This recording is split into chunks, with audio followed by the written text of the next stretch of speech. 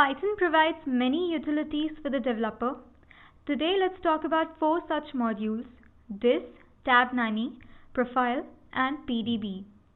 Let's import the this module first. This helps convert bytecode into a more human-readable format.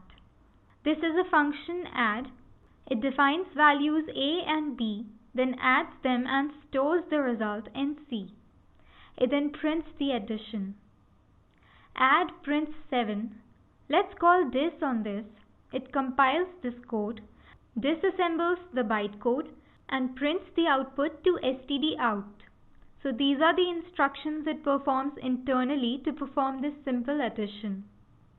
Let's import OS and tabnanny.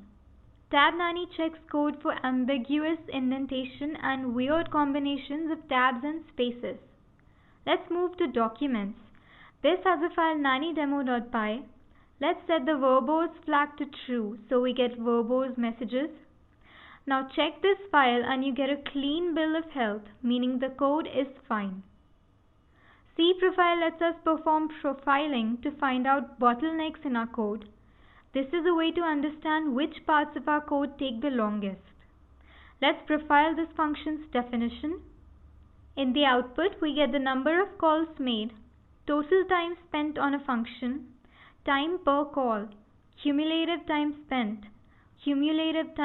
per call, and file name for the data of each function. Now let's get to the command prompt. Import the PDB module. N is 4. Now this function raises a number to itself. setTrace adds a breakpoint. Now 8 is this object with 8 raised to the power 8. This is its value. And 2 is the object with 2 raised to the power 2.